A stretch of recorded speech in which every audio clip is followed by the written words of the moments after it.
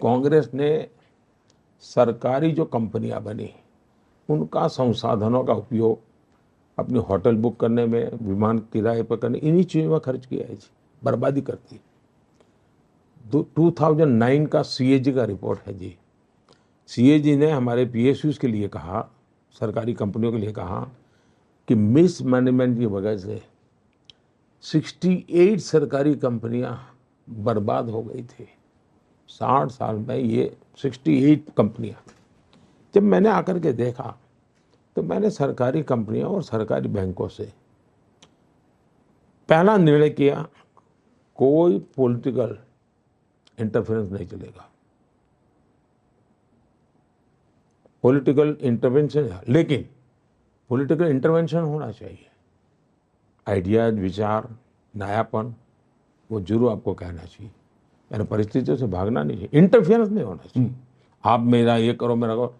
मैंने कह दिया, जैसे मैंने कहा भाई ये मानो मंत्री क्या, पॉलिटिकल सिस्टम क्या करती थी कि खुद को एक मोबाइल मिलेगा सरकारी व्यवस्था से, और 3 पीएसयू उसके डिपार्टमेंट थे, उनके 3 मोबाइल लेगा।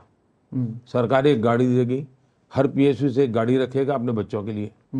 ये सारे खेल बंद होने चाहिए। मैं छोटी चीजें बताता हूँ, इससे समझ आएगी कैसे बड़ी चीजें बड़ी बड़ी होती है। मैंने उनसे कहा भाई देखिए, आप शेयर होल्डर्स के साथ कमिटेड हैं, आपको शेयर होल्डर्स का भी हित देखना है। आपकी कंपनी आगे बढ़ेगी तो शेयर होल्डर्स का हित बढ़ेगा। पहले और अब के आंकड़े जो हैं, आप हैरान हो जाएंगे जी। 2014 में सरकारी कंपनियों का ग्रॉस रेवेन्यू करीब 20 लाख करोड़ रुपया था, और ये मैं देश आज़ाद हुआ तब से लेकर के बताता हूँ। 2024 में सरकारी कंपनियों का ग्रॉस रेवेन्यू 38 लाख करोड़ है, यानी करीब करीब डबल। उसी प्रकार से सरकारी कंपनियों की नेट वर्थ 2014 में लगभग 9 लाख करोड़ थी, मेरे आने से पहले 9 लाख करोड़। आज 2024 में नेट वर्थ 18 लाख करोड़ है जी। तो 18 लाख करोड़ रुपया सभी सरकारी कंपनियों का टोटल मार्केट कैप 225% बढ़ा है। मार्केट कैप 225% बढ़ना, जब दुनिया की इकोनॉमी नीचे जा रही है तब। 2009 टू 2014 इसके शेयर 6% गिर गए थे वैल्यू। आज सरकारी कंपनियों के स्टॉक बहुत बेहतर प्रदर्शन कर रहे हैं, यानी जिसके आप ऐसे ही सरकारी बैंकों का हाल क्या था साहब? फोन बैंकिंग घोटाले की वजह से सरकारी 2008 में तो सबसे ज्यादा हुआ। बैंकों की हालत एकदम से, दुनिया का विश्वास, जब आपकी बैंकिंग सिस्टम चरमराता है ना, जब बैंक सिस्टम चरमरा जाए दुनिया का विश्वास उठ जाता है। भारत में बैंक के रुपये कम गए उतना नहीं, पूरी दुनिया हमारे साथ जुड़ने को तैयार नहीं होते। मैं 14 में ये मुसीबत अनुभव करता था।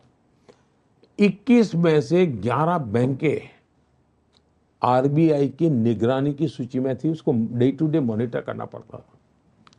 आईबीसी कोड, कैपिटल इन्फ्यूजन, मैंने काफी पैसे डाले, सरकारी टैक्स पेयर के पैसे डाले, क्योंकि मुझे देश को बचाना था। हमने ये जो भ्रष्टाचार और जो फैन बैंकिंग था वो सारा खेल बंद करवा दिया। 1 लाख करोड़ से ज्यादा आज बैंकों का प्रॉफिट है, और इन बैंकों का जन्म हुआ तब से लेकर आज उनका हाईएस्ट प्रॉफिट है जी भारत की बैंकों का। एनपीए लगातार कम हो रहा है जी, यानी जो लेकर के भाग जाने वाली संख्या है वो लगातार कम होती जा रही है।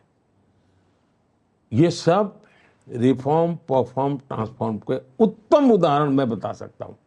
मैं ये उदाहरण इसलिए बताता हूं ताकि